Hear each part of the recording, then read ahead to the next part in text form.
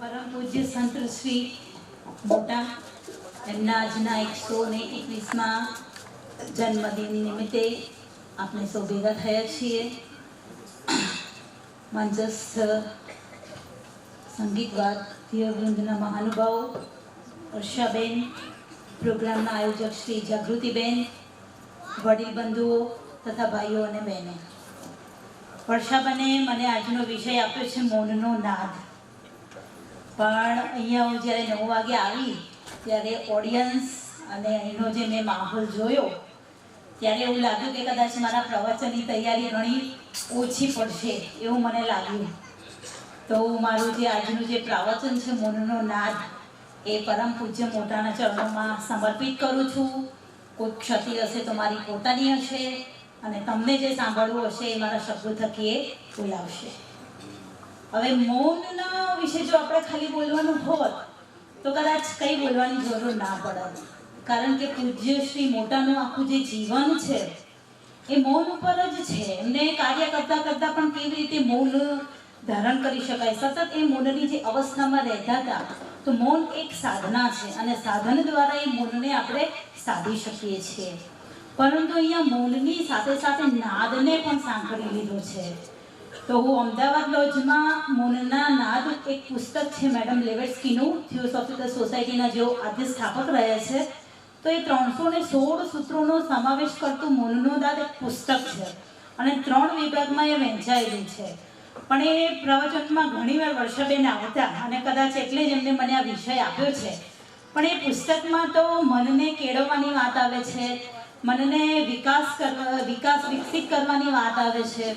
ત્યારબાદ આ સાધનાના પંથ ઉપર જે અનેક પ્રકારની સિદ્ધિઓ આવે છે, અનિમા છે, ગરિમા છે, લધિમા છે, 9 પ્રકારની સિદ્ધિઓ, ઘણી બધી અષ્ટ પ્રકારની સિદ્ધિઓ આવે છે, સૂક્ષ્મ અને સ્થૂળ પ્રકારની. એ સિદ્ધિઓના ભયસ્થાનો અને એનાથી પર જવાની વાત આવે છે. અને ત્યારબાદ એ નાદમાં કેવી રીતે સાધક પ્રવેશ કરે છે અને ત્યારબાદ નાદની ભૂમિકામાં પ્રવેશ્યા પછી જ એનો નાદ જ એ સાધકનો ગુરુ બને છે, એવી એમાં ઉચ્ચ કક્ષાની વાતો આવે છે. પણ જાગૃતિ મને કીધું કે ભાઈ આપણે પરમ પૂજ્ય મોટાશ્રીનો આ પ્રોગ્રામ છે, તો એમને મને અમદાવાદ લોજમાં પરમ પૂજ્ય શ્રી મોટાના મૌન ઉપરના થોડા પુસ્તકો મને આપ્યા અભ્યાસ કરવા માટે, જેથી કરીને હું એને બરાબર ન્યાય આપી શકું. તો પૂજ્ય મોટાના જે મેં પુસ્તકો વાંચ્યા, સત્સંગના અમુક ભાગ મેં વાંચ્યા, મૌન મંદિર, પ્રભુ મૌન મંદિરમાં, તો મેં જોયું કે આમનું તો આખું જીવન જ મૌન ઉપર આધારિત છે અને એમને કેટલી સહજતાથી મૌન વિશે વાત કરી છે. પણ નાદ વિશે મેં જોયું તો એક મૌન મંદિર કે પ્રભુ મૌન મંદિરમાં એક પ્રશ્નના જવાબમાં એમણે નાદ વિશે કીધું. તો નાદ વિશે પરમ પૂજ્ય મોટાએ એવું કીધું છે કે 14 ઘણી બધી ભૂમિકાઓ છે આધ્યાત્મિક પ્રગતિની, પણ એમને કીધું કે મેં મારા ગુરુ મહારાજની કૃપાથી 14 પ્રકારની જે ભૂમિકાઓ છે એનો મેં અનુભવ કર્યો અને મૌન એ કદાચ 11મી ભૂમિકાની એ વાત આવે છે. અને નાદ વિશે એમને એવું કીધું, જનરલી આપણા મનમાં એવું હોય છે કે મૌનનો નાદ એટલે ઓમકાર, પણ એમને એવું કીધું કે જે નાદ છે એ સાધકને એની પરિપક્વતાની જેમ જેમ અવસ્થા વધતી જાય છે એ પ્રકારે એને નાદ સંભળાય છે અને સમજાય છે. જેમ જેમ એ નાદ એનો પરિપક્વતા એની વિકાસ તરફની વધતી જાય છે, એમ કહે છે કે નાદ જે છે એક નાદમાંથી બીજા નાદમાં એ પરિવર્તિત થાય છે. જેમ કે એક આપણે ઉદાહરણ લઈએ કે બે બુલબુલનો અવાજ છે, તો જેમ સાધક પછી બીજા સ્ટેપ ઉપર આગળ વધે તો પછી એ દંડુભીના અવાજમાં કે વાંસળીના એવા જુદા જુદા અવાજમાં એ નાદમાં એ પરિવર્તિત થતો હોય છે. એટલે કે નાદ એ પર્ટિક્યુલર એ કોઈ એક પ્રકારનો અવાજ નથી, એ બદલાતી જશે સાધકની અવસ્થા પ્રમાણે.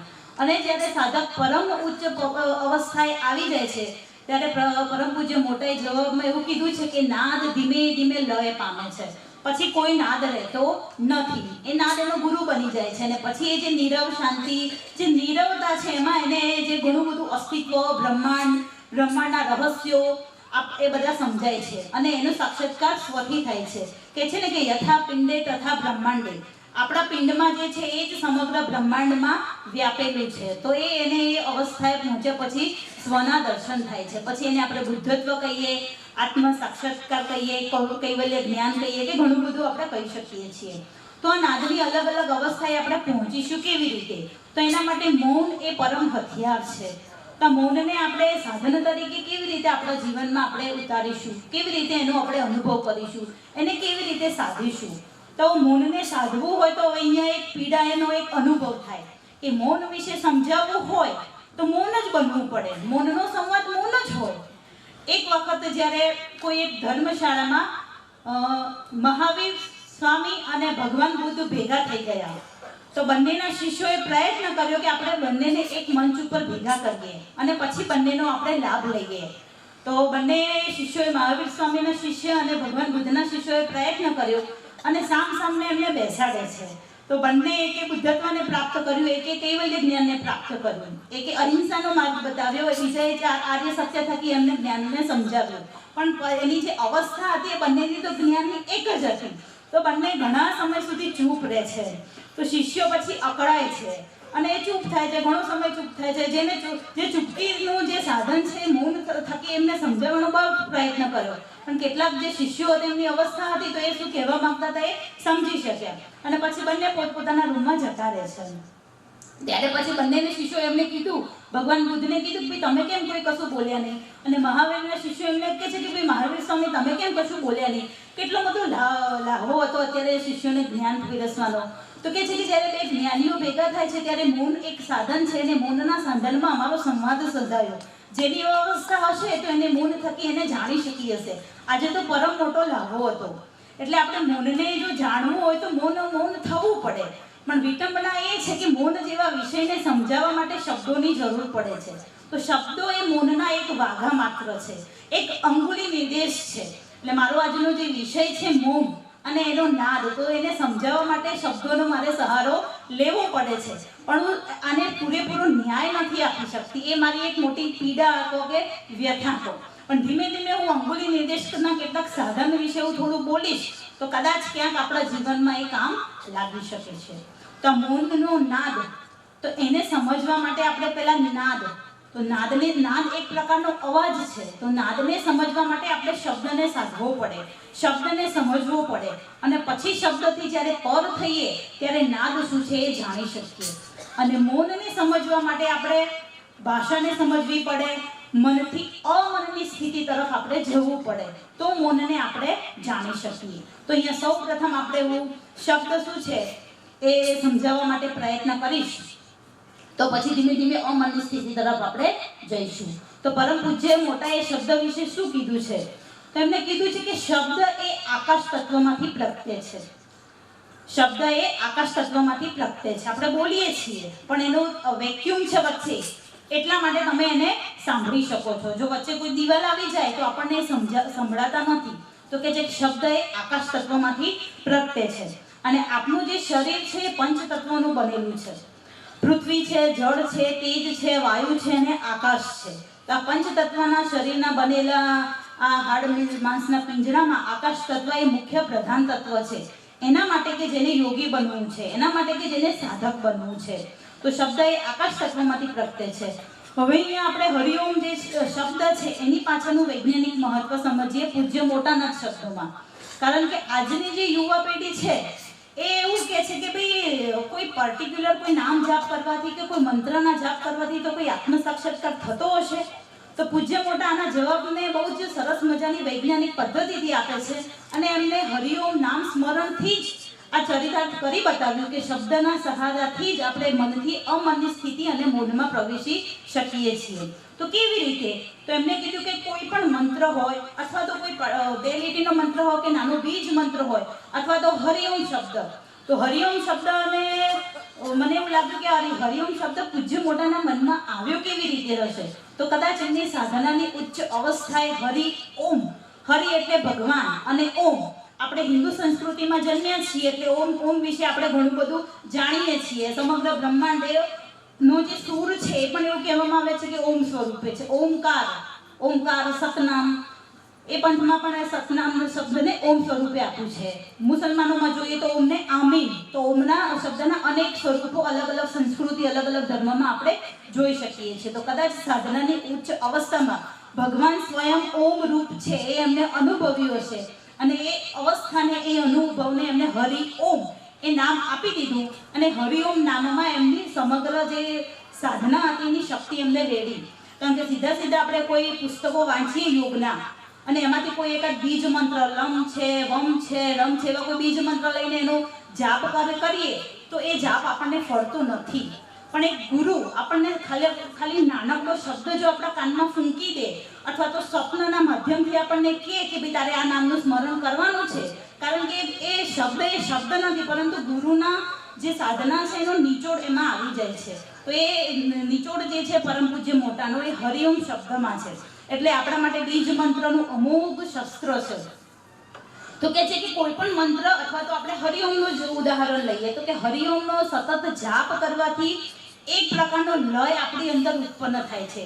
આપણા જે તરંગો છે એ ધીમે ધીમે શાંત થાય છે.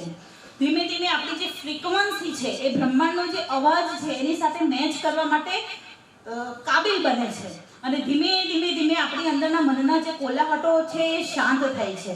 અને કહે છે કે સતત આવી રીતે નામ સ્મરણ કરવાથી આપણામાં એક પ્રકારની નિરંતરતા અને અખંડતા પ્રગટે છે. અને જ્યારે સતત નિરંતરતાની એક ફ્રીક્વન્સી જપ એટલે એમને ખાલી શરૂઆતમાં કીધું છે કે હરિઓમ શબ્દ અને જીભના માધ્યમથી જપો, ત્યારબાદ જપથી અજપા તરફ જવાનું છે. એટલે 24 કલાક એ રિધમ આપણી અંદર ઉતરી જવી જોઈએ. તો કે અજપા જપમાં જ્યારે આપણે પ્રવેશ કરીએ છીએ ત્યારે કન્ટિન્યુઅસ એક પ્રકારનું પ્રગટે છે, નિરંતરતા પ્રગટે છે. અને એ ફ્રીક્વન્સીમાં જ્યારે આપણી મનની અવસ્થા આવે છે ત્યારે કહે છે કે સાધકમાં આકાશ તત્વ બહુ જ પ્રબળ બને છે. સાધક ખાલી થઈ જાય છે. હવે એને વિચારો, વૃત્તિઓ, એના જૂના જે સંસ્કારો છે પજવતા નથી. એટલે જ્યારે આપણે ભરેલા છીએ અત્યારે આપણને કેમ એ અનુભવ નથી આવતો તો કહે છે કે આપણને એના માટે ખાલી થવું પડે.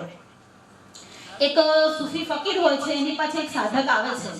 સૂફી ફકીર ત્યારે ચા બનાવતા હોય છે અને પછી કહે છે કે તમને જે જ્ઞાન પ્રાપ્ત થયું છે એની કીર્તિ બહુ દૂર દૂર સુધી ફેલાયેલી છે. તો મને તમે મારા ઘણા બધા પ્રશ્નો છે, મને પણ આ માર્ગ ઉપર આગળ વધવું છે, તો તમે મને એમ કે તમારો શિષ્ય બનાવો. ફકીર એની સામે જુએ છે, પછી કહે છે કે તું મારી સાથે ચા પીશ? તો કહે છે કે હા હું પીશ. પછી ફકીર એને કપ રકાબી એની સામે મૂકે છે, પછી રેડે છે આખો કપ જે છે એ ચાનોથી ભરાઈ જાય છે. ત્યારબાદ મને ફકીર ચા રેડ્યા જ કરે છે. છેલ્લે ટેબલ પરથી રેલો નીચે ઉતરે છે. ત્યારે પછી એ શિષ્ય બૂમો પાડે છે કે તમે તમારું નામ તો પણ સાંભળ્યું હતું, સાથે સાથે એ પણ સાંભળ્યું હતું કે થોડા પાગલ પ્રકારના છો તમે. તો કે આજે તમે સાબિત કરી દીધું. તો કે છે કે તમે આનાથી સાબિત શું કરવા માંગો છો? મને ચા પીવડાવવા માંગો છો કે મને તમારો શિષ્ય બનાવવા માંગો છો કે મારા પ્રશ્નોનો તમે જવાબ આપશો? તો કે છે કે જવાબ તો આપી રહ્યો છું, પણ તો એટલો બધો ભરેલો છે કે જેમ ચાનો કપ તો ચાના કપ કરતાં પણ વધારે ભરેલો છે. એટલે કે હું ચાના માધ્યમથી જ તને જવાબ આપી રહ્યો છું, પણ કે એટલો બધો ભરેલો છે કે તમે મારો આ જે જવાબ છે સ્પર્શ નથી કરતો. તો આપણે બધા એટલા બધા ભરેલા છીએ કે ભાઈ આ બધી વસ્તુઓ જે છે ગૂઢ જ્ઞાનની આપણે સમજમાં નથી આવતી. તો એના માટે આપણે કહે છે કે ખાલી થવું પડે. અને ખાલી થવાનું કળિયુગમાં એક જો શસ્ત્ર હોય તો એ નામ જપ છે, એવું પૂજ્ય મોટાએ કીધું છે. તો કહે છે કે જેટલો તમે નામ જપનો મહિમા જીવનમાં વધારે ઉતારશો એટલા તમારી અંદર આકાશ તત્વ વધશે. આકાશ તત્વનો એટલા માટે મહિમા વધારે છે કારણ કે આકાશ તત્વની સાથે બીજા 3 ગુણ તત્વો જે પ્રકૃતિના 3 ગુણો છે એ સમાયેલા છે.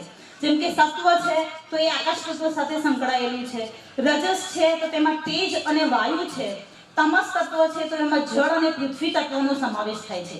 તો કે છે કે જ્યારે આપણી અંદર આકાશ તત્વનો વધારે પ્રભાવ વધતો જાય છે ત્યારે સત્વગુણી આપણે બનીએ છીએ.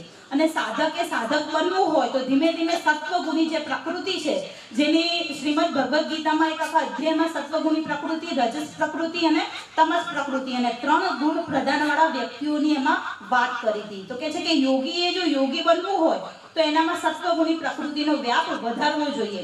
અને પછી જ ત્યારે જે ગુણાતીત જે નિરાકાર બ્રહ્મ છે એ આ પ્રકૃતિથી જ્યારે આપણે પર જઈશું ત્યારબાદ આપણે એને જાણી શકીશું. તો પહેલાં આપણી અંદર સત્વગુણી પ્રકૃતિ વધવી જોઈએ. અને આમ જેમ જેમ સત્વગુણી પ્રકૃતિ વધતી જશે, બીજી બાજુ આપણી અંદર આકાશ તત્વ વધતું જશે. તો કહે છે કે જે અષ્ટાંગ યોગ દ્વારા, મોટા મોટા હઠ યોગ દ્વારા, ઘણી બધી ઉલટપુલટ સાધનાઓથી જે સાધકને સિદ્ધિ મળે છે એ પૂજ્ય મોટાના જે શિષ્ય છે એને ફક્ત હરિઓમ નામ સ્મરણથી સિદ્ધિ પ્રાપ્ત બહુ જ સહજ રીતે એને થઈ જાય છે. આવી ઊંચી વાત મને એમના પુસ્તકોને વાંચવાથી મળી. તો મેં કીધું આ તો કેટલી બધી સરસ વાત છે. તો પછી મેં શું કર્યું કે મારે 8 કલાકની રોજની ટ્રાવેલિંગ થાય, પછી હરિઓમ જે ધૂન છે મેં મોબાઈલમાં સ્ટોર કરી દીધી અને પછી હું કાનમાં એને સાંભળું. તો મેં લિટરલી ફીલ કર્યું કે મારા પગના તળિયામાંથી ગરમ ગરમ જાણે લાવા નીકળતો હોય ને એવો મેં અનુભવ કર્યો. એટલે ખરેખર હરિઓમ એ ખાલી શબ્દ નથી, પણ એમાં પૂજ્ય મોટાની આખી સાધનાનો નિચોડ આવી જાય છે. અને કેવી રીતે નામ જપ કરવું એ જો આપણને આવડી જાય તો કદાચ આપણે મોટા હિમાલયમાં કે બધી જગ્યાએ કદાચ જવાનું નહીં જરૂર પડે. કર્મયોગી સંસારમાં રહીને જ નામ સ્મરણથી જ આપણે આ સંસાર રૂપી નૌકાને પાર કરી શકીશું. બીજું આ જ બાબતનો મહિમા કરતા પૂજ્ય મોટાની એક બુક છે શ્રી સદગુરુ.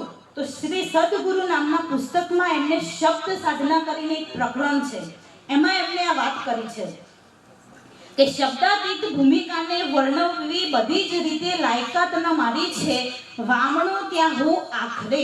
આ મૌનની જે અવસ્થા છે શબ્દતીત અવસ્થા છે ને, એ અવસ્થાને સમજવા માટે હું વામણો છું. કારણ કે જેમ કે કોઈ મીઠાશ છે કે ભાઈ તમને ગોળ ભાવે છે કે ગુલાબજાંબુ ભાવે છે, તો કોઈ કે ભાઈ આ ગુલાબજાંબુ આટલા બધા ભાવે છે તો કેવા હોય જરા કોને, તો આપણી પાસે એ ગુલાબજાંબુની જે મીઠાશ છે અનુભવી શકીએ છીએ, પણ એ મીઠાશ શું છે આપણે શબ્દો થકી સમજાવી નથી શકતા. અને જ્યારે ગુરુ આ પરમ અવસ્થાને પામે છે અને આપણે બધાને નીચી અવસ્થાએ જુએ છે ત્યારે ગુરુને બહુ પીડા થાય છે અને પછી કહી દે છે કે આ અવસ્થાને સમજાવવા માટે હું વામણો છું. બીજી પછી એમાં કહે છે કે લેતા લેતા જ જ્યારે તો નામ શુદ્ધિ થતી જતી, લેતા લેતા જ્યારે નામ સ્મરણ આપણે કરીશું તેમ તેમ આપણી જે શુદ્ધિ છે એ થતી જશે. શરૂઆતમાં કોઈ હાથ કે પગના તળિયામાંથી ગરમાહટ નીકળતી જશે, આપણા વિચારો ક્રોધના હશે તો ધીમે ધીમે શાંત પડશે, આપણી વૃત્તિઓ હશે ધીમે ધીમે ચેન્જ થશે અને ધીમે ધીમે જે સંસ્કારો છે જડ પ્રકૃતિના તમસના એ ધીમે ધીમે રજસમાં આવશે અને રજસમાં આવ્યા પછી એ સત્વગુણી પ્રકૃતિમાં પલટાઈ જશે. તો કે છે કે લેતા લેતા જ જ્યારે તો નામ શુદ્ધિ થતી જતી, જાગતે ત્યાં અનુરાગ લગ્ની बढ़તી જતી. જેમ જેમ શુદ્ધિ થાય છે એમ એમ નામ સ્મરણની જે લગ્ની છે એ વધતી જાય છે. સૌ સાધનોમાં છે શ્રેષ્ઠ નામની સાધના, સૌ સાધનોમાં છે શ્રેષ્ઠ નામની સાધના, અનુભવી જ ગાયું છે જીવને આચરી સદા. આ જે નામની સાધના છે તો કે છે કે મેં એમને નથી કીધું, ગુરુ મહારાજની કૃપાથી મેં જીવનમાં એને આચરી બતાવ્યું છે. આવી બે સુંદર મજાની વાત એમને સદગુરુ પુસ્તકમાં શબ્દ સાધના નામના પ્રકરણમાં કીધેલી છે. તો આમાં બધું જ લગભગ આવી જાય છે. તો આ વાત થઈ આપણી શબ્દની કે ભાઈ શબ્દથી પર જઈશું તો મૌનની અવસ્થાને આપણે પામી શકીશું અને એનું હથિયાર છે નામ સ્મરણ. બીજું આપણે શબ્દ અને શબ્દથી આખા સંસારની રચના થાય છે. અત્યારે આપણે બોલી રહ્યા છીએ, સાંભળી રહ્યા છીએ ગુજરાતી ભાષા, તો એ અનેક શબ્દોનો કથી જ્ઞ સુધીના શબ્દોનો એક સમૂહ છે. તો કે છે કે શબ્દથી ભાષાનું સર્જન થાય છે અને ભાષા થકી સમાજનું સર્જન થાય છે અને આપણું જે આદાન પ્રદાનનો જે વ્યવહાર છે, સંબંધો જે છે એ ભાષા થકી જ શક્ય બને છે.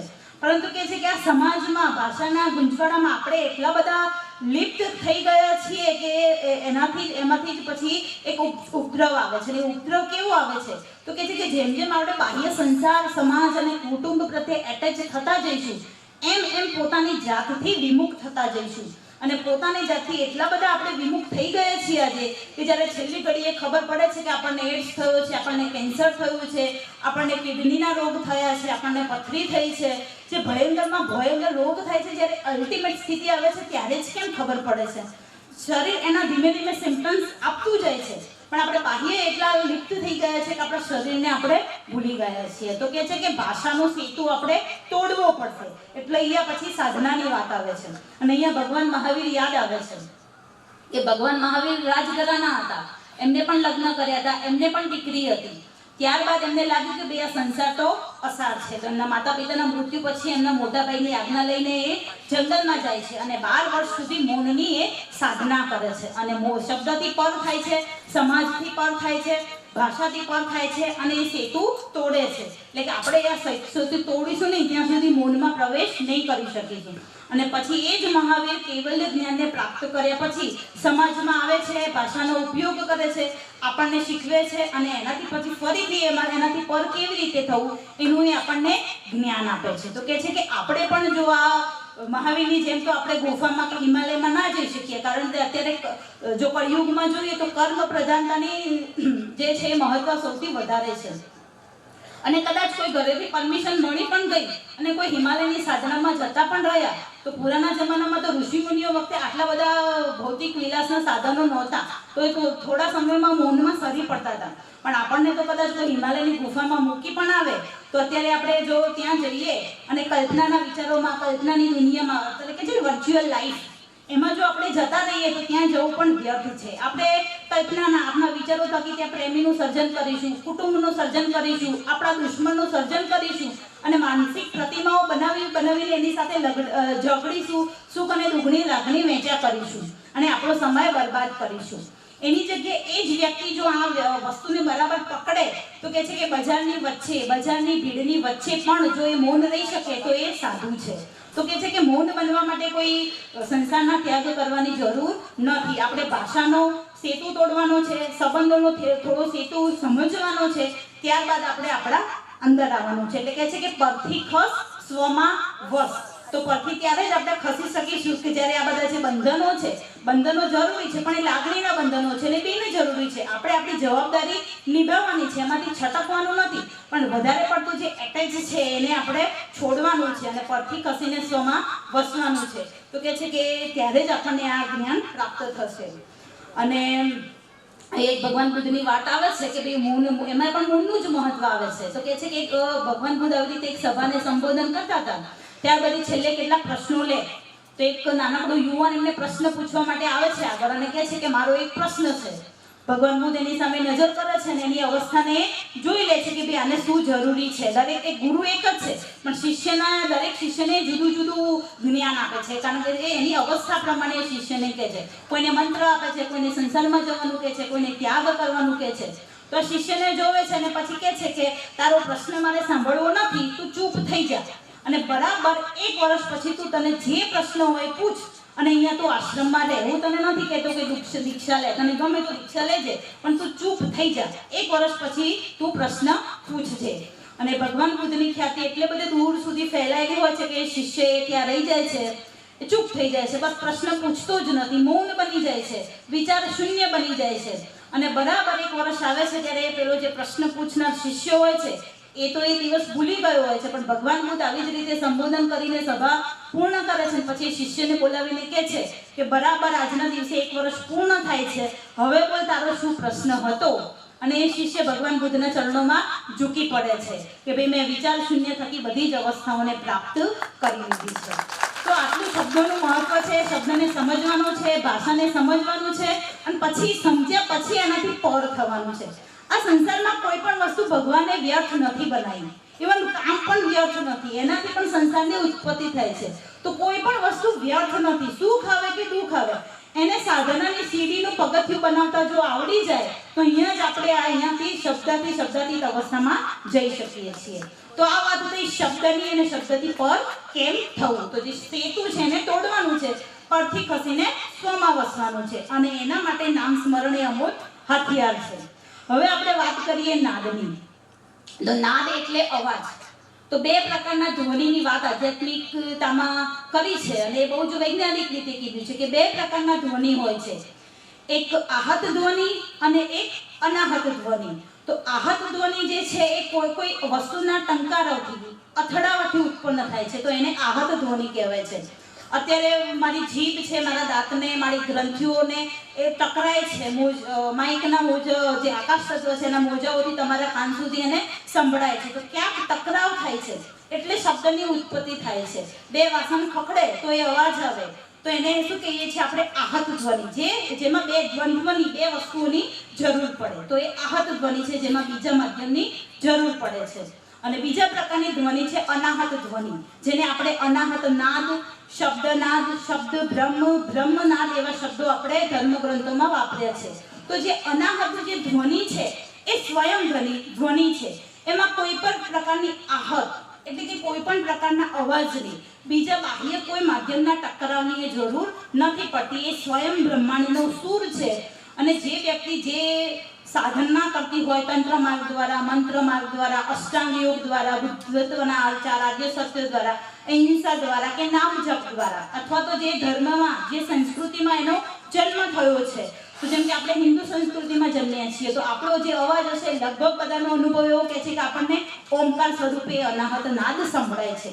તો આ જે અનાહત નાદ છે જે કોઈ આહત વગર ઉત્પન્ન થાય છે તો એને સાંભળવા માટે આપણે મૌનને જે સાધના છે કરવી પડે.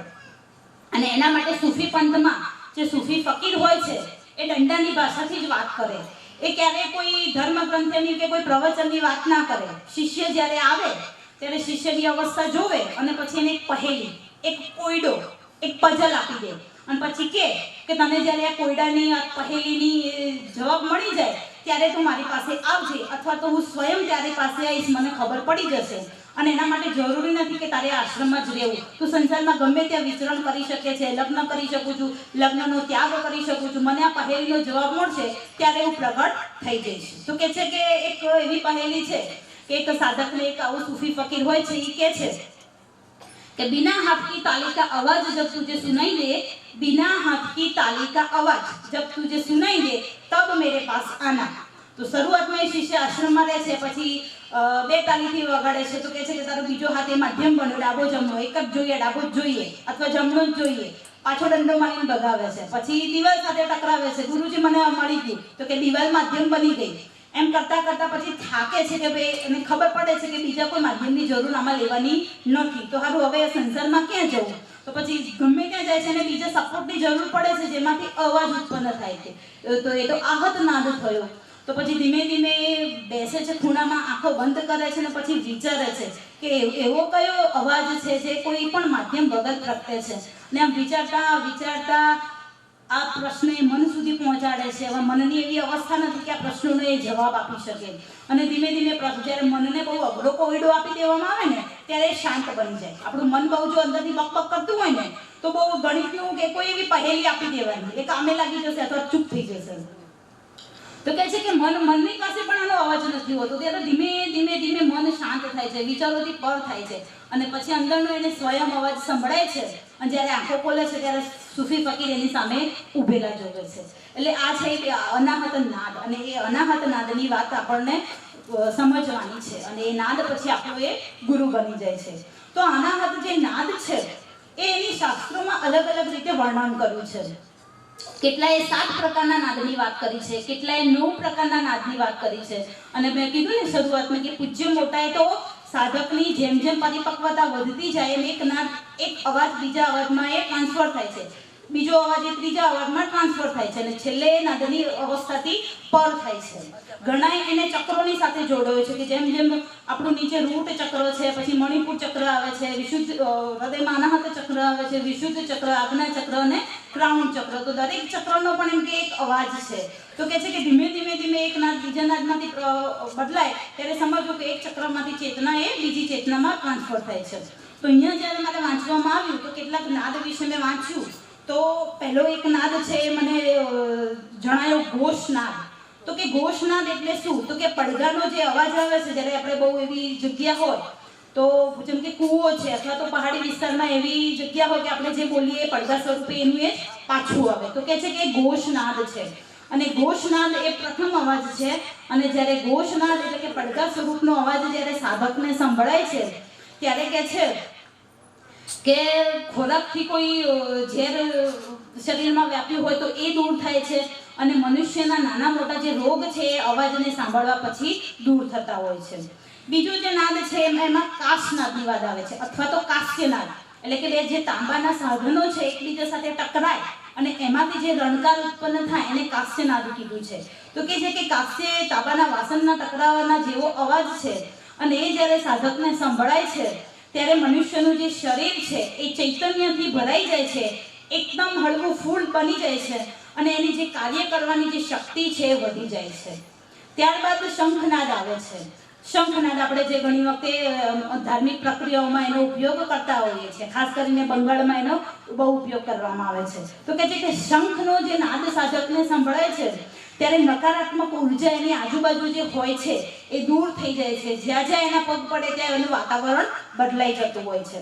ભૂત પ્રેતની બાધાથી જે શરીર છે એ સુરક્ષિત થઈ જાય છે, એક પ્રકારનું શિલ્ડ રચાય છે કે ગમે એટલા એ ભૂત પ્રેતવાળા વિસ્તારમાં એવા કોઈ મકાનમાં મૂકી દેવામાં આવે તો ભૂત પ્રેત એના શરીરને અસર ના કરી શકે. આપણે જોયું છે પૂજ્ય મોટાનું જીવન કે ગુરુ મહારાજની આજ્ઞાથી સ્મશાનમાં જઈને એ સાધના કરતા હતા.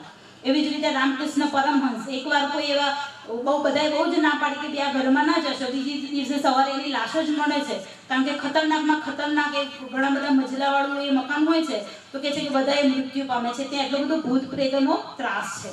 રામકૃષ્ણ પરમહંસને બીજું કોઈ મકાન નહોતું મળતું બંગાળમાં, તો એ ત્યાં નીચેના મજલા ઉપર રહે છે. તો અને ભૂતોને કહે છે તમે તમારે ઉપર મોજથી રહો, નીચેના મજલાએ રહીશ, તમને કોઈ એમ કે હેરાન મારાથી તરફથી કોઈ હેરાનગતિ ન થાય. તો આવી અવસ્થા ક્યારે આવે? જ્યારે આવા કોઈ અવાજની એમને સાધના કરી હોય અથવા તો એમને સાંભળ્યો હોય તો સ્વતઃ એ બાય પ્રોડક્ટ સિદ્ધિ સ્વરૂપે મળતી હોય છે. પછી આવે છે ઘંટનાદ. જે મંદિરમાં જે ઘંટનાદ થાય છે તો એ પણ એક સિમ્બોલિકલ છે કે ઘંટનાદ એ બાહ્ય છે. અંદર એવો તમારી અંદર એવો નાદ ક્યારે ઉત્પન્ન થશે? આપણે જઈએ છીએ દેવી દેવતાઓના મંદિરમાં અને ઘંટ કરીએ છીએ અવાજ કે ભાઈ હું આવ્યો, ભગવાનને કહીએ કે ભાઈ હું આવ્યો, પણ ભગવાન કહે છે કે હૃદયરૂપી ગુફામાં મળવા મને ક્યારે આવીશ? તો ઘંટનાદ એક સિમ્બોલ છે. તો કે જે ઘંટનો નાદ જ્યારે સાધકને સંભળાય છે ત્યારે દેવી દેવતાઓ પ્રત્યેનું આકર્ષણ વધી જાય છે અને સાધના અને ઉપાસનામાં જલ્દીથી સિદ્ધિ મળવાની શરૂઆત થાય છે.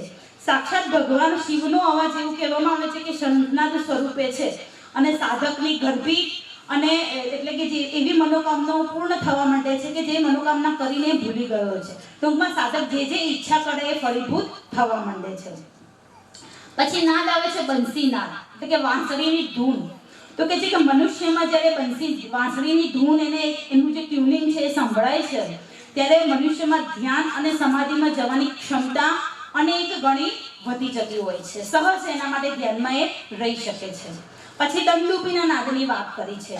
તો કે છે કે સ્વર્ગમાં જ્યારે દેવતાઓની વચ્ચે ખુશીનો કોઈ પ્રસંગ બને છે ત્યારે એ જોરથી દંડુપીનો અવાજ કરતા હોય છે અને એ અવાજ જ્યારે સાધક ઝીલે છે ત્યારે કહે છે કે એની મોટી મોટી જે બીમારીઓ છે એ મનુષ્યના શરીરમાંથી ધીમે ધીમે દૂર થઈ જાય છે અને મનુષ્યને જે ભય છે, અજ્ઞાત જે ભય લાગે છે એ ભયથી એનું રક્ષણ થતું હોય છે. આપણે ઘણા બધા કિસ્સાઓ ભૂતકાળમાં ક્યાંક ના ક્યાંક વાંચવામાં આવ્યા હશે કે મોટી મોટી ભયંકર બીમારીઓ થઈ હતી પણ એને એની સાધના ચાલુ રાખી તો ધીમે ધીમે એ બીમારીઓ જવા માંડી અને એનો કાયાકલ્પ થઈ ગયો. તો એ આવા કોઈ અવાજનો એને અનુભવ કર્યો હશે અથવા તો એનાથી કોઈ સિદ્ધિ એને મળી હશે, જેમાં અહીંયા વર્ણવ્યું છે દંડુપીનો નાદ. તો મોટા મોટા રોગોથી એ મુક્ત બને છે અને ભયથી મુક્ત બને છે. ત્યારબાદ આવે છે મેઘનાદ, એટલે કે વાદળોના ગડગડાટનો અવાજ. તો કે છે કે જ્યારે વાદળોના ગડગડાટનો જે અવાજ છે એ સાધક સાંભળે છે ત્યારે એના જીવનમાંથી બાહ્ય અને આંતરિક બધા જ પ્રકારના જે વિઘ્ન છે એ સમાપ્ત થઈ જાય છે. તો આવી રીતે અલગ અલગ નાદની સાથે અલગ અલગ પ્રકારની સિદ્ધિઓ સંકળાયેલી છે. હું જે અભ્યાસ કરાવું છું અમદાવાદ લોજમાં એમાં 7 પ્રકારના અવાજની વાત કરી છે. પહેલા ખંડમાં આખું 7 અવાજ એવું એક આખું પ્રકરણ જ છે. તો એમાં મેં લેવેસ્કીએ કીધું છે કે સાધકને શરૂઆતમાં બુલબુલ જે પક્ષી છે તો બુલબુલ પક્ષીના મીઠા મધુરા અવાજ સંભળાય છે. એના પછી ધ્યાનીઓની જે રૂપેરી ઝાંઝ છે એવો અવાજ સંભળાય છે. ત્યારબાદ ત્રીજો જે અવાજ છે એ છીપમાં પૂરાયેલ દરિયાઈ પરીના વિલાપનો મધુર અવાજ સંભળાય છે. ચોથો અવાજ છે વીણાના તારનો અવાજ સંભળાય છે. પાંચમો અવાજ છે વાંસળીના તીણા સ્વરનો અવાજ છે. છઠ્ઠો અવાજ એ રણશિંગાનો અવાજ છે અને સાતમો અવાજ એમાં પણ મેઘ ગર્જનાના જ અવાજની વાત કરી છે. અને પછી કહે છે કે સાતે અવાજ જ્યારે એક જ અવાજમાં ઓમકાર બ્રહ્માંડમાં અથવા ઈશ્વરના અવાજમાં લય પામી જાય છે અને ત્યાંથી સાધકની આગળની જે અવસ્થા છે વિકાસની એ સાચી આધ્યાત્મિક અવસ્થા એ શરૂ થાય છે અને કહે છે કે વ્યક્તિ પોતે સ્વયં પોતાનો ગુરુ બને છે, ઈશ્વર સ્વયં એનો માર્ગદર્શક બને છે અને સ્વપ્ન દ્વારા અથવા તો એની આંતરપ્રેરણા દ્વારા એને હવે કયા પ્રકારની સાધના કરવાની છે, સમાજથી પર થવાનું છે અથવા તો સમાજમાં રહીને કાર્ય કરવાના છે એનું બધું ધીમે ધીમે એને અંદરથી પ્રેરણા થવા માંડે છે. આપણે પૂજ્ય મોટાના જે સત્સંગમાં જે વાર્તાલાપ છે એમાં કોઈએ પૂછ્યું હતું કે ભાઈ તમને આ બધું વાંચ્યું નથી, તમે તો જેલમાં ગયા, ફ્રીડમ ફાઇટર તરીકે કાર્ય કર્યું, તો બધું આ બધું તમને અનુભવમાં ક્યાંથી આવ્યું? તેમણે કીધું કે ભાઈ અમને એક વખત સાક્ષાત્કાર થઈ ગયો, પછી નિમિત્ત અમારે ભેગા થાય છે, અને નિમિત્ત જ્યારે ભેગું થાય ત્યારે અંદરથી અમને પ્રેરણા થતી હોય છે કે આવું કરો, આવું ના કરો. નિમિત્ત પ્રમાણે અમે વર્તતા હોઈએ છીએ. હવે અમે કે પ્રકૃતિના બંધનોથી પર છીએ. તો પૂજ્ય મોટાએ પણ અગિયારની ભૂમિકામાં અવાજની વાત કરી હતી, એમને ચોક્કસ એનો અનુભવ કર્યો જ હશે. તો આ થઈ નાદની વાત. હવે આ જે નાદ છે ને આપણે કેવી રીતે અનુભવી શકીએ આપણા જીવનમાં, ને કેવી રીતે ઉતારી શકીએ? તો કહે છે કે એના માટે આપણે મનથી અમન થવું પડે. હવે મનથી અમન થવા માટે આપણું જો સૌથી કહે છે ને, સંસ્કૃતમાં કીધું છે ઉપનિષદોમાં કે મનુષ્ય સૌથી વધારે જો શક્તિશાળી જો કોઈ હથિયાર હોય અથવા તો સાધન હોય તો કહે છે કે આપણું મન સૌથી ઝડપી ગતિએ ગતિ કરે છે. અત્યારે ખાલી હું અમેરિકા શબ્દ બોલું અને કોઈ અમેરિકા રહેતું હોય કે તો તરત એરપોર્ટ દેખાય ને આપણે અમેરિકા પહોંચી જઈએ છીએ વિચાર પૂરો થાય પહેલા. તો સંસારમાં સૌથી વધારે ઝડપી સાધન મન છે. અને આ મનને ગીતામાં અર્જુને કૃષ્ણને કીધું કે આવા અતિ ચંચળ વાયુથી પણ ચંચળ એવા મનને કાબૂમાં કેવી રીતે લાવી શકાય. અને પછી એ યોગીના લક્ષણો બતાવે છે. ચંચળ મનને કેવી રીતે, 7 ઇન્દ્રિયોને કેવી રીતે કંટ્રોલમાં જે રાખવાના છે એ સાધનો બતાવે છે. અને પછી યોગી કેવી રીતે સ્થિર બને છે એની વાત આપણને શ્રીમદ ભગવદ્ ગીતામાં ભગવાન શ્રી કૃષ્ણએ કીધી છે. તો કે છે કે મનને કંટ્રોલમાં લાવતા પહેલા કંટ્રોલમાં ના કરાય, કારણ કે મનને આપણે જોઈ નથી શકતા. મગજ તો એ આપણો માઇન્ડ એ આપણો સ્થૂળ શરીરનો એક ઓર્ગન છે. પણ મન વિશે કહેતો તો મનની કોઈ વ્યાખ્યા નથી, પણ એવું કહેવાય કે ભાઈ મન શેનું બનેલું છે? તો mind is a bundle of thoughts. વિચારોનો સમૂહ છે એ મન છે. તો કે આ વિચારોથી સમૂહથી પર કેવી રીતે થવાય? તો કે એને કંટ્રોલમાં ના લેવાય, એને મિત્ર બનાવવું પડે. મિત્ર બનાવ્યા પછી એને સાધવું પડે. જેમ પેલું ભૂત પ્રેતને સાધનને પેલું જનને સાધે ને પછી એની ચોટલી કાપી લે, પછી આપણે જે કહીએ એ કરે. એમાં મન જે વાંદરરૂપી જનરૂપી છે ને એની આપણે ચોટલી આપણા અંદરમાં કરવી પડે. પણ એના માટે એને સાધવું પડે, એને મિત્ર બનાવવું પડે. અને મિત્ર કેવી રીતે બનાવીએ? તો કે એની પ્રકૃતિ આપણે જાણવી પડે. અને મન વિશે જો સૌથી વધારે બહુ જ સરળ ભાષામાં કીધું હોય તો મને લાગે છે કબીરના દુહામાં બહુ જ સરસ એની વાત કરી છે. કબીરના જે દુહા છે મન વિશેના, જો તમે જુઓ યુટ્યુબ ઉપર તો મનની સરસ પ્રકૃતિને બહુ જ સહજ રીતે, વૈજ્ઞાનિક રીતે એમને બતાવી છે. તો કબીરજી કહે છે મનની પ્રકૃતિ વિશે, તો કહે છે કે 7 समुद्र की एक लहर, 7 समुद्र की एक लहर, मन की लहर अनेक, कोई एक हरिजन उबरा, डूबी नाव अनेक. તો કે છે કે 7 સમુદ્રોને જો ભેગા કરવામાં આવે તો કદાચ એની લહેર એક તરંગો ઉઠે છે એક બની શકે, પણ આપણા મનની લહેર તો સમુદ્રની લહેરો કરતા પણ બહુ જ છે. આવે છે જાય છે, વિચારો આવે છે જાય છે, લાગણીઓ આવે છે જાય છે, સુખ આવે છે જાય છે. આપણું મન સતત અંદર આપણે જુઓ ને, અત્યારે તમે સાંભળતા હશો પણ મન પાછું બેકગ્રાઉન્ડમાં બક બક બક બક બક કરતું હશે. ક્યાંક વાંચ્યું હશે તો પાછું લિંક જોઈ હશે, કંઈક સાંભળ્યું હશે તો પાછી લિંક જતી રહેતી હશે. ક્યાંક ભૂખ લાગી હશે તો રસોડા તરફ મન જતું રહેતું હશે. કોઈ આપણું સંબંધી નહીં આવ્યું હોય તો ત્યાં મન જતું રહેશે. એ ટૂંકમાં કેટલી બધી મનની શૃંખલા અનેક છે. એક પછી વિચાર ચાલ્યા જ કરે છે. તો કે છે કે 7 સમુદ્ર की एक लहर, मन की लहर अनेक, કોઈ એક હરિજન ઉભરા. તો કે છે કે આ સાધનોમાંથી કોઈ એક હરિનો જન હોય તો આને આમાંથી તરી શકે છે. બાકી ડૂબી નાવ અનેક, એટલે અનેક સાધનો એ મનના ચક્કરમાં આવીને ડૂબી ગયા છે. બીજું કહે છે કે કસ્તુરી કુંડલ પસે ઢૂંઢે વન માહી, ऐसे गटगट राम है दुनिया देखे नहीं. જે મૃગ છે હરણ, તો એની નાભીમાં જ કસ્તુરી છે પણ વનમાં ભટકે છે. અને જ્યારે એનો મૃત્યુનો સમય આવે છે ત્યારે એનું ભાન એને થાય છે. એમ આપણે પણ રામ આપણા અંદર ઘટમાં છે, પણ આપણા મનની પ્રકૃતિને લીધે આપણે બાહ્ય સંસારમાં એ રામને આપણે શોધીએ છીએ. પછી આગળ કહે છે કે મન કે મત ના ચલીએ, મન કે મત અનેક, જો મન પર અસવાર है સો સાધુ કોઈ એક. તો કે છે કે મનના આપણે ક્યારે કોઈ ઝઘડો થયો હોય અથવા તો કોઈ એવી સમસ્યા આવી ગઈ હોય તો આપણું મન એ દ્વંદ્વનું બનેલું છે. મનની પ્રકૃતિ આ કરું કે પેલું કરું, આ સારું કે પેલું સારું, હંમેશા તુલના કરે છે. અને જ્યાં તુલના હોય ને ત્યાં દ્વંદ્વ હોય, અને જ્યાં દ્વંદ્વ હોય ને ત્યાં સંઘર્ષ હોય. એટલે મન જ્યારે વિચારોથી ભરેલું હોય ને ત્યારે સાચો નિર્ણય આપણે ના લઈ શકીએ.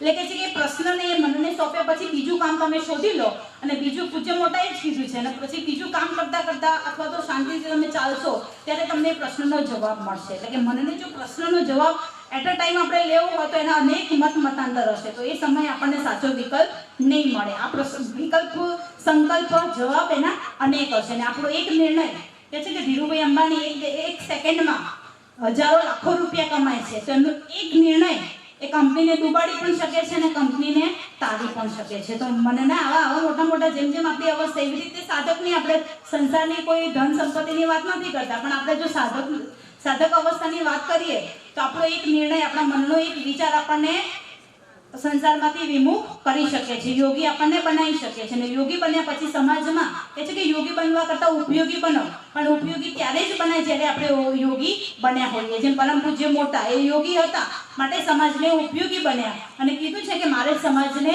બેઠો કરવો છે. તેવી રીતે આપણે કેવી રીતે કરી શકીશું સમાજને? એમનો જે યજ્ઞ છે સમાજને બેઠો કરવાનો, તો આપણે એમના યોગી રૂપી યજ્ઞમાં કેવી રીતે ઉપયોગી બની શકીશું? તો કે છે કે મનની જે પ્રકૃતિ એને સમજીએ, સાચો નિર્ણય કે જેમના મારું તારું અટેચમેન્ટ ના હોય, પણ જે કરવા જેવું હોય એવો સાચો નિર્ણય આપણે લઈએ, અને ત્યારે જ લઈ શકીએ જ્યારે આપણે પોતે પોતાની સ્વયં પ્રકૃતિને જાણી હોય ત્યારે. અને બીજાનું જજમેન્ટ કરવું બહુ સહેલું છે, પોતાની ભૂલો શોધવી અને પોતાનું જજમેન્ટ કરવું બહુ જેમ કે અઘરું હોય છે. તો મનની પ્રકૃતિ જો આપણે જાણીશું તો મને નથી લાગતું કે આ વસ્તુ આપણે માટે અઘરી બને. બહુ જ સહેલી છે, સહજ. કે છે કે દાદા ભગવાન એક પુસ્તકમાં મેં આપતું સૂત્રમાં વાંચ્યું હતું કે ભગવાનને પ્રાપ્ત કરવા એક ખીચડી બનાવવા કરતાં પણ બહુ સહેલી વાત છે.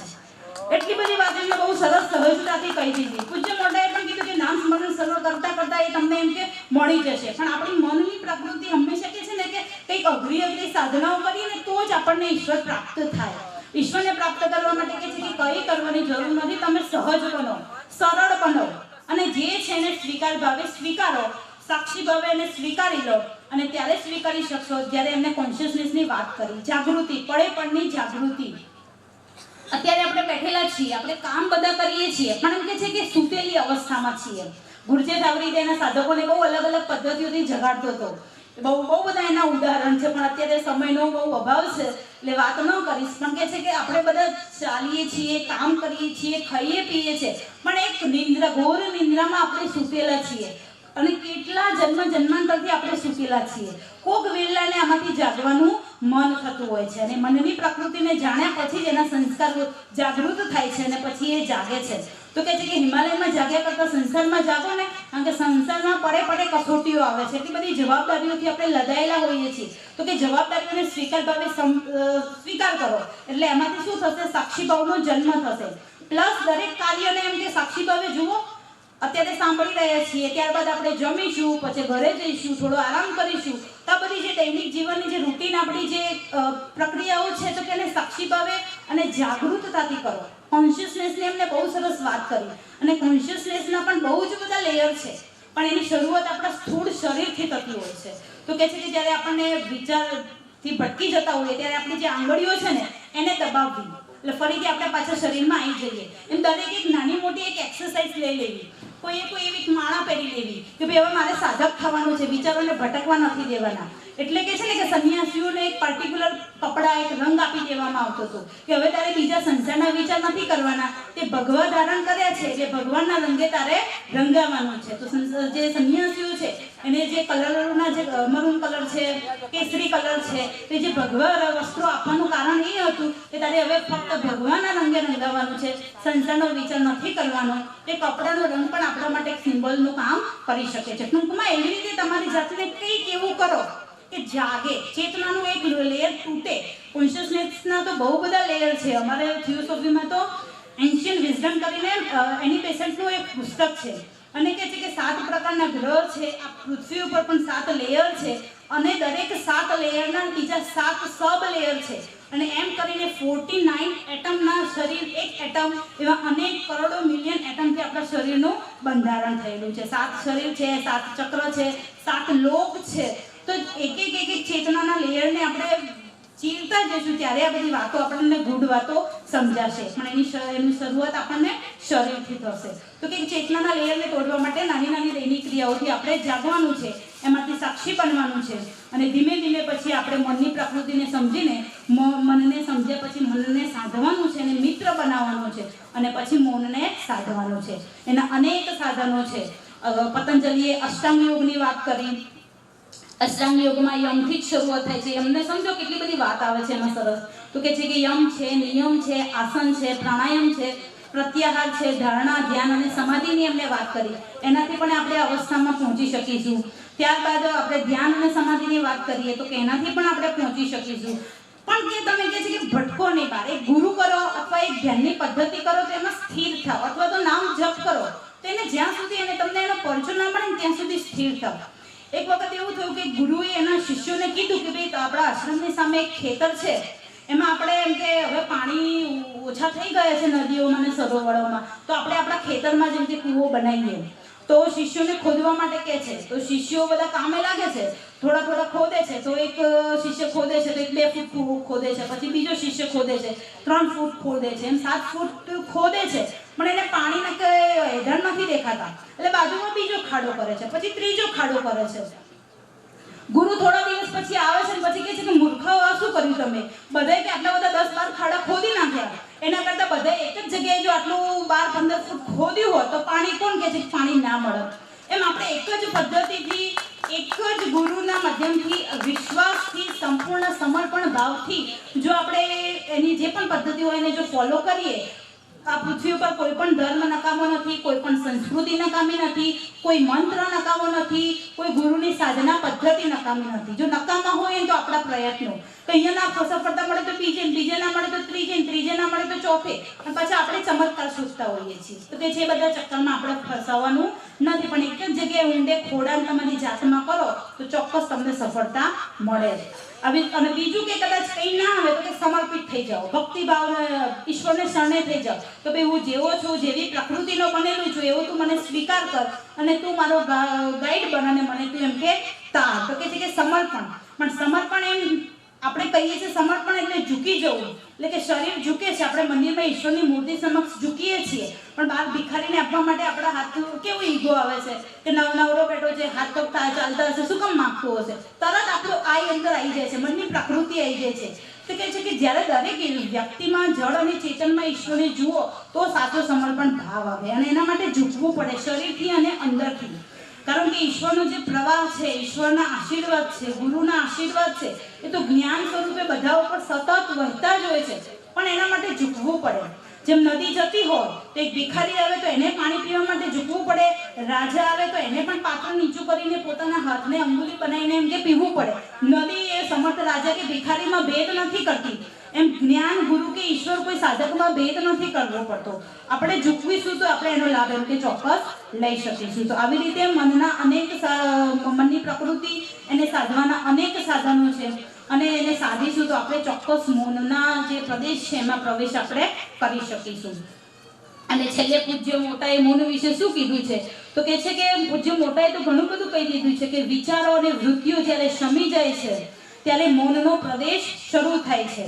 મૌન એ અનુભવની વાત છે, કહેવાની વાત નથી, પરંતુ શબ્દોના વાગા આપણે લેવા પડે છે.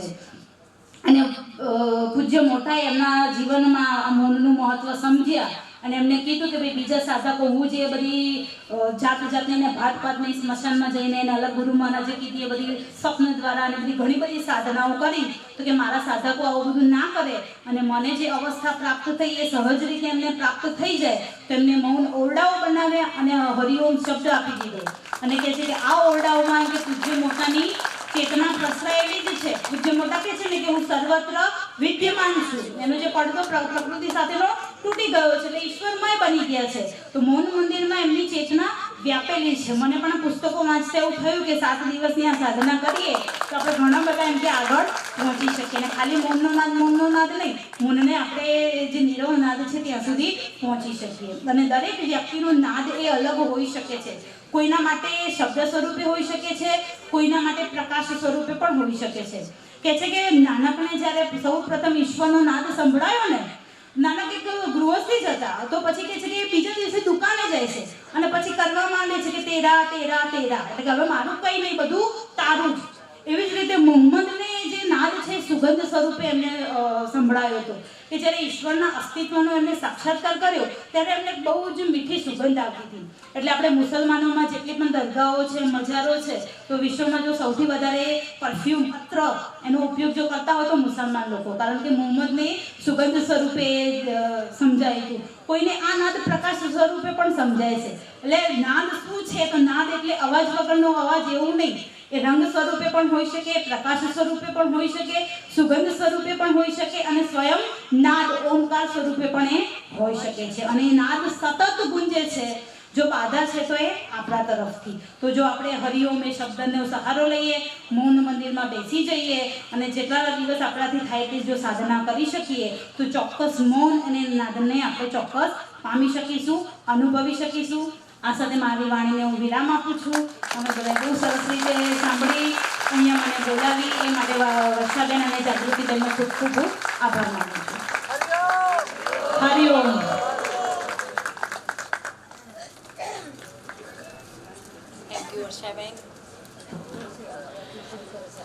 એટલું બધું જ્ઞાન વરસાઈ દીધું છે કે હવે આજથી ઉતારવાનું શરૂ કરીએ તો ક્યારે એનો છેડો આવે ખબર નથી. ખૂબ ખૂબ અભિનંદન વર્ષાબેન તમને. અને આવો લાવો અમને વારંવાર ઉત્સવમાં આપતા રહેજો.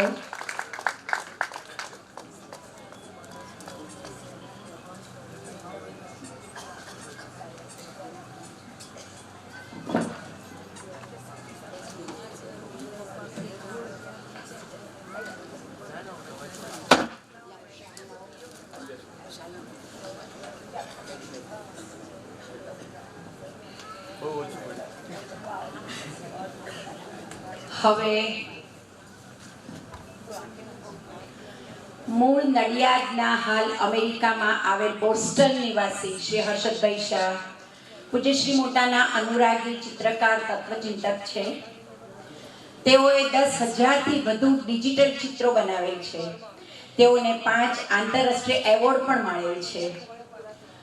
તેઓ 700 પાનાના દળદાર શ્રીમદ ભાગવત જીવન પરાગના રચયિતા પણ છે. તેઓ શ્રીના ગુજરાત દર્પણમાં પૂજ્ય શ્રી મોટાના જન્મથી બ્રહ્મલીન સુધીની યાત્રા હપ્તે હપ્તે પ્રસિદ્ધ થયેલ છે, જે અત્યંત લોકપ્રિય નીવડેલ હવે તે પુસ્તક સ્વરૂપે સમર્થ સદગુરુ પૂજ્ય શ્રી મોટા નામાભિધાનથી સાદર છે. આજે આ પુસ્તક અનાવરણ માનનીય શ્રી ડોક્ટર ગૌતમભાઈ તેમજ અન્ય મહાનુભાવો જાગૃતિબેન, કનુભાઈ, પીએસ પટેલ, રાવજીભાઈ એસ પટેલ, શ્રી વક્તાબેન, વર્ષાબેન, ગિરીશભાઈ પંડ્યા, ગોરધનભાઈ, વિમળાબેન, ધીમનભાઈ, આ તમામ સ્વજનોને હું સ્ટેજ ઉપર આવવા આમંત્રણ આપું છું.